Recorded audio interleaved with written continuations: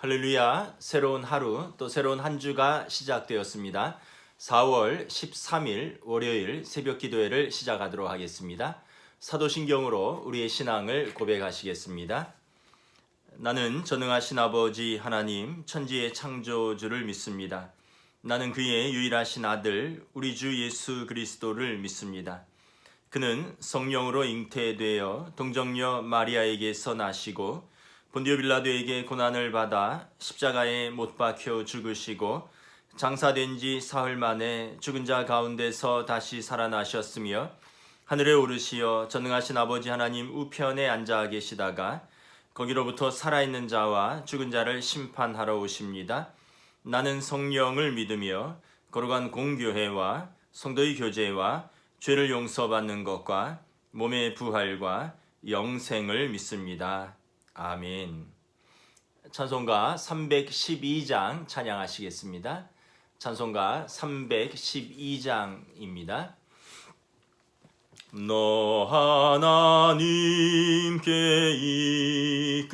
이끌리어 일평생 주만 바라며 너 어려울 때 힘 주시고 언제나 지켜주시리. 주 크신 사랑 믿는 자 그 반석 위에 서리라. 너 설레는 맘 가다듬고 희망 중 기다리면서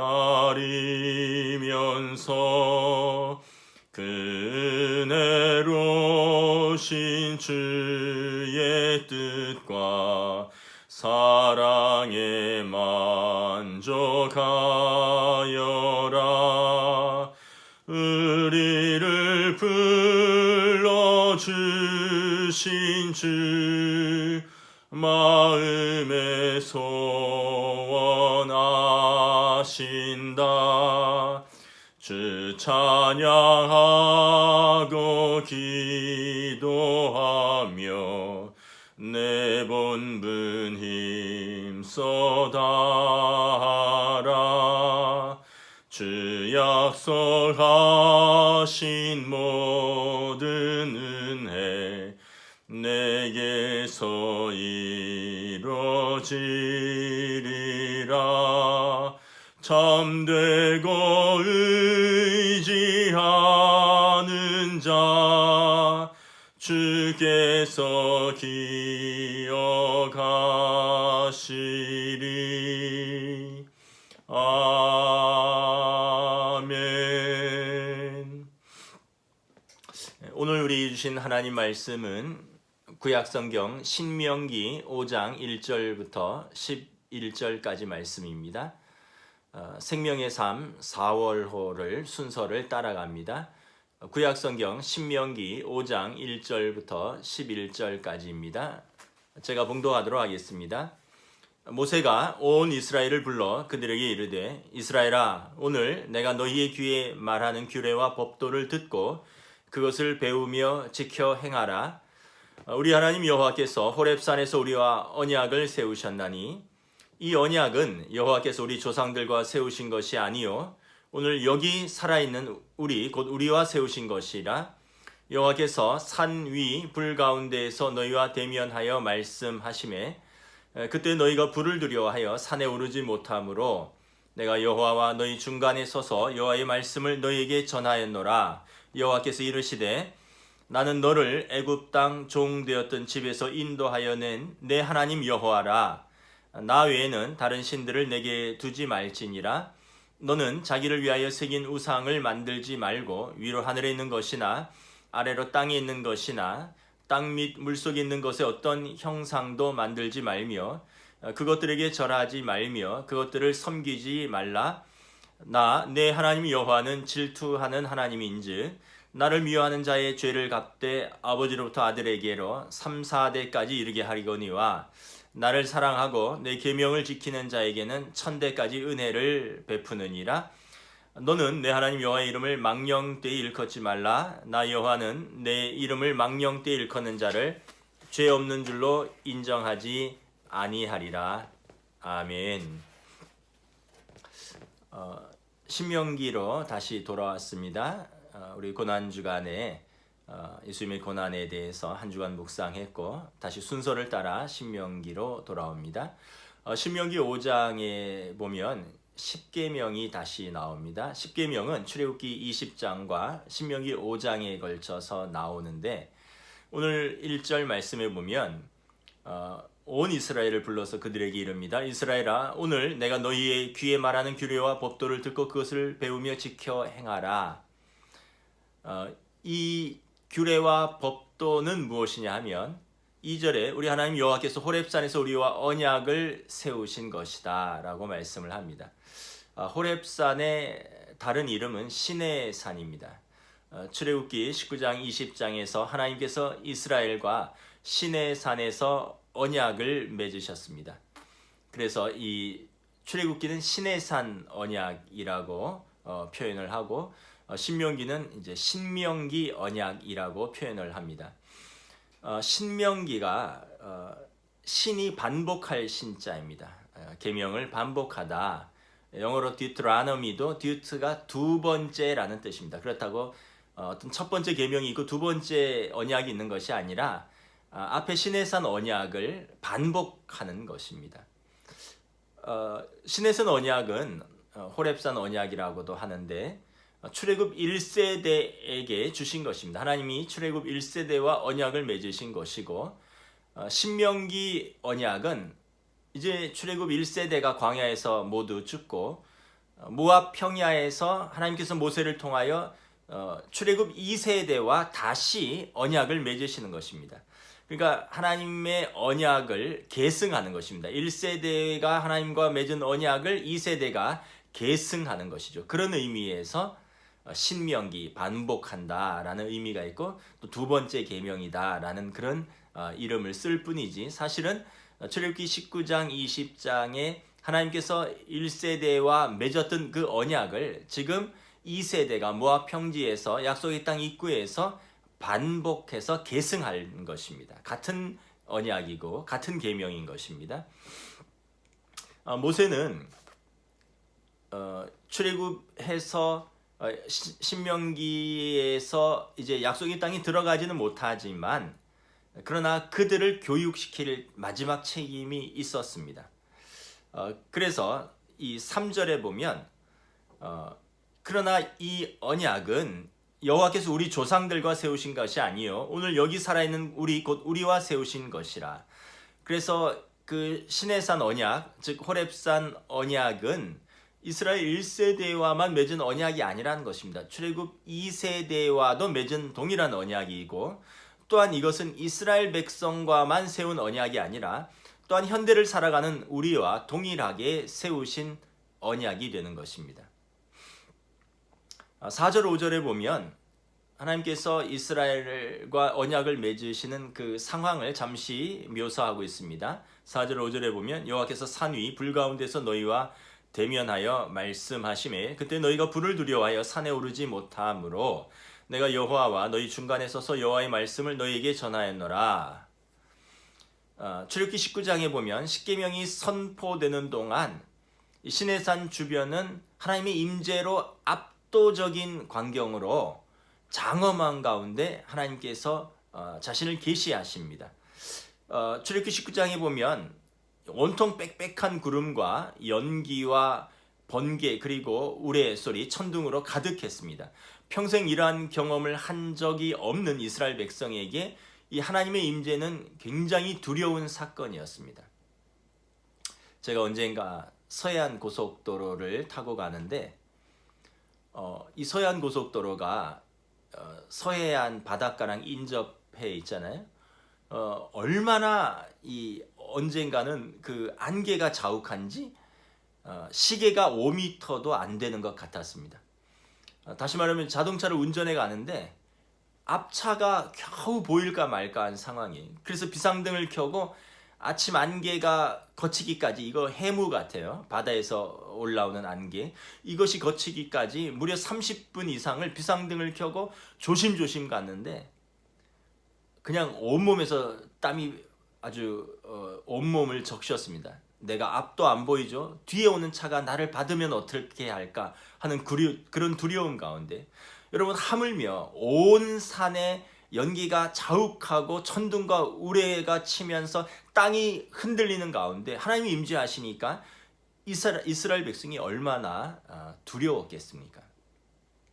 출애굽기 20장 20절에 보면 모세는 두려움에 떨고 있는 백성에게 하나님께서 이스라엘을 찾아오신 것은 그들로 하여금 하나님에 대한 경건한 두려움을 갖게 하기 위함이다 라고 말씀을 합니다. 하나님께서 그렇게 압도적인 위엄과 장엄함 가운데 자신을 계시한 것은 이스라엘이 하나님에 대한 경건한 두려움을 갖게 하기 위함이다 라는 것입니다. 여러분, 우리에게 진짜 두려움이, 온전한 두려움이 있으면 다른 두려움들이 자리를 잡게 됩니다. 예를 들면, 여러분, 임종을 앞둔 분이다. 그렇다면 그분에게는 이제 더 이상 남에게 잘 보일 필요도 없고 남을 속일 필요도 없고 자신을 포장할 필요도 없는 것입니다. 진실되게 받아들이는 거죠. 다른 두려움들이 자리를 잡는 거예요. 그러니까 우리가 살기 위해서 거짓말도 하고, 살기 위해서 자기를 포장도 하고, 살기 위해서 뭐 여러 가지를 하는데, 이제 임종을 앞두면 그 죽음이라는 그 가장 큰 두려움 앞에서 다른 작은 두려움들이 자리를 잡는 것입니다. 마찬가지로 여러분, 우리가 하나님에 대한 건전한 두려움이 있으면 다른 두려움들이 자리를 잡는 것입니다. 또한 하나님을 두려워하는 것은 죄짓기를 자제하도록 하는 목적도 있습니다. 출애굽기 20장 20절에 보면 너희로 경외하여 범죄치 않게 하려 하심이라. 그래서 하나님의 거룩하심을 나타낼 뿐만 아니라, 그래서 하나님에 대한 경외함과 공경심이 있다면 사랑하는 하나님을 슬프게 하리라는 생각만 하여도 우리가 악에서 주춤하고 물러서게 만든다는 것입니다. 왜냐하면 그 하나님을 경외하기 때문에 그렇습니다.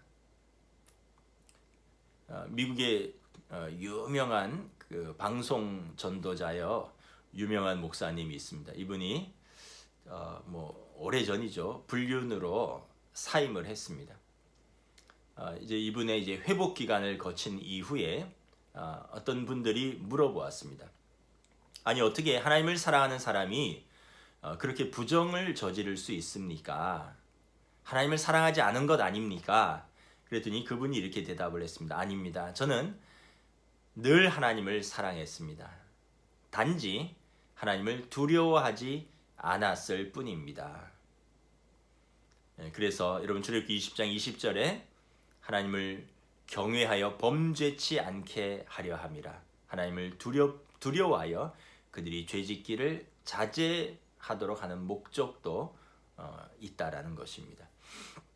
그래서 하나님과 하나님에 대한 두려움, 하나님에 대한 두려움과 하나님에 대한 사랑이 건전하게 조화를 이루어야 하는 것입니다. 두렵기만 하면 하나님이 멀어질 것이고, 하나님을 사랑의 하나님으로 친밀감으로만 생각한다면 또 공의의 하나님, 심판하시는 하나님, 죄를 미워하시는 하나님에 대해서 잊어버리고 말 것이기 때문에 그렇습니다. 그래서 건강한 신앙은 하나님에 대한 사랑과 하나님에 대한 두려움을 조화롭게 같이 가지고 있는 신앙인 것입니다. 4절 5절에 보면 이 호렙산 계명, 시내산 이 계명, 십계명은 하나님이 직접 주신 것입니다.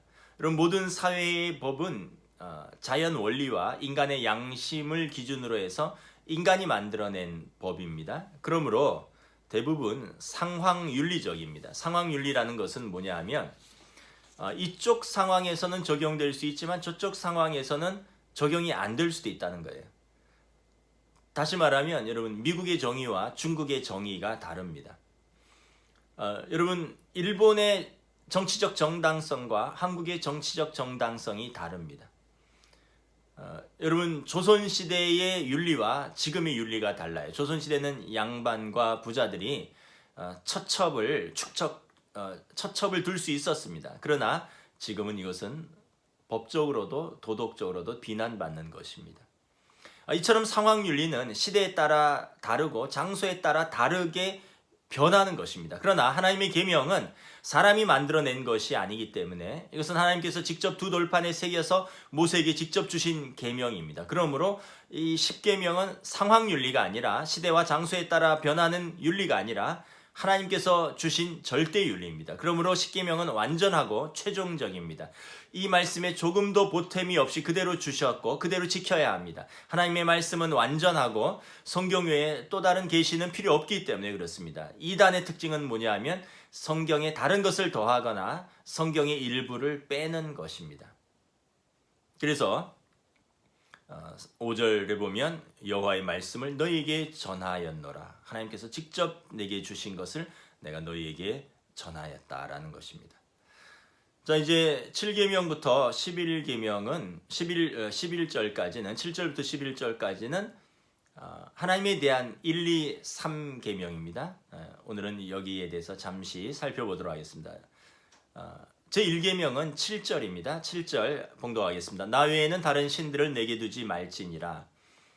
그러니까 그러면 나는 누구이며 나는 어떤 분인가를 알아야겠죠. 나는 히브리어는 야훼 또는 제호바라고 합니다. 여호와라고 우리가 부르죠.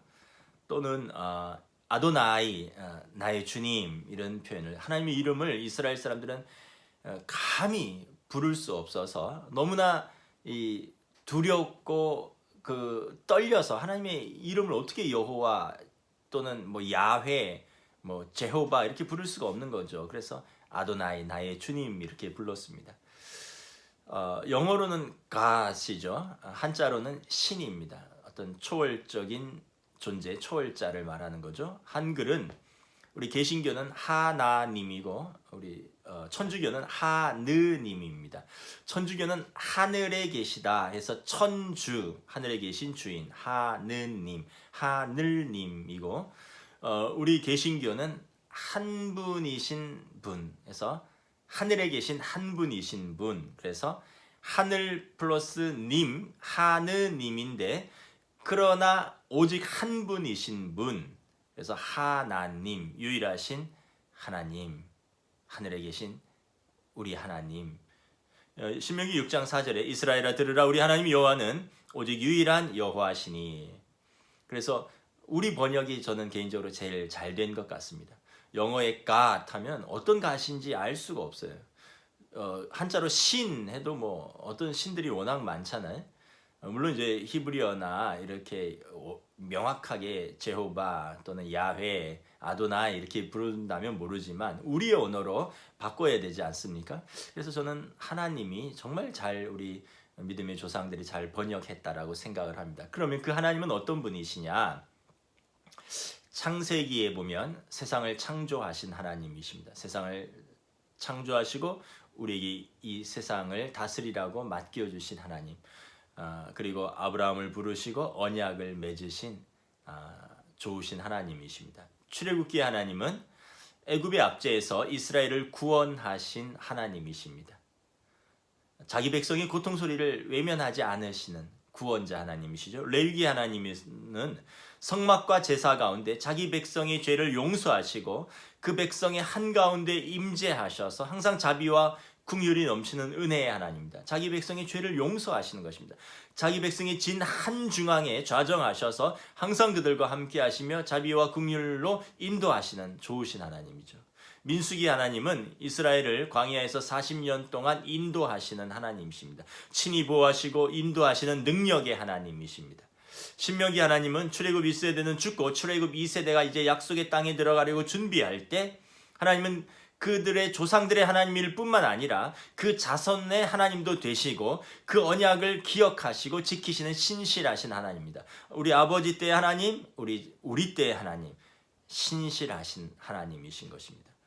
그러므로 제1계명은 이 하나님, 창조의 하나님, 구원의 하나님, 또 자기 백성의 죄를 용서하시는 하나님, 이스라엘을 인도하시는 하나님, 신실하신 하나님을 사랑하고 의지하고 섬기라. 이것이 제1계명입니다.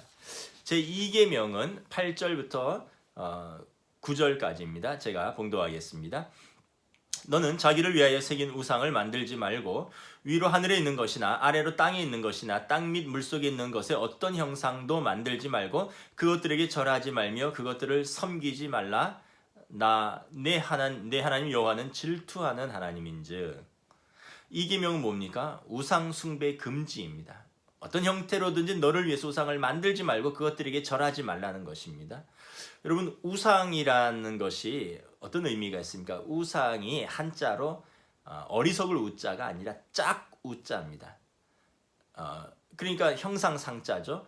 그러니까 이 어리석은 형상이라고 생각하는데 그게 아니라 그러니까 사물 앞에서 쌍을 이루지 못한다는 거예요. 크기가 다르다는 겁니다.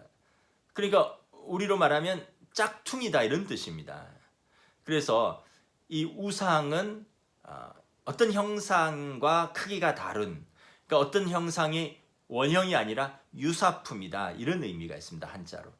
영어 성경에 보면 우상을 an image in the form of anything, 어떤 것의 어떤 형상, 한 이미지라고 말을 하죠. 국어 사전에 보면 인위적으로 만들어 신처럼 떠받드는 신의 형상입니다. 좀 더 구체적으로 말하면 나무, 돌, 쇠붙이, 흙 따위로 만든 사람이나 신의 형상입니다. 여러분, 우상 숭배의 배경은 과거 이스라엘 민족은 유목민이었고 유랑민이었습니다. 아브라함, 이삭, 야곱은 다 유목민이었습니다.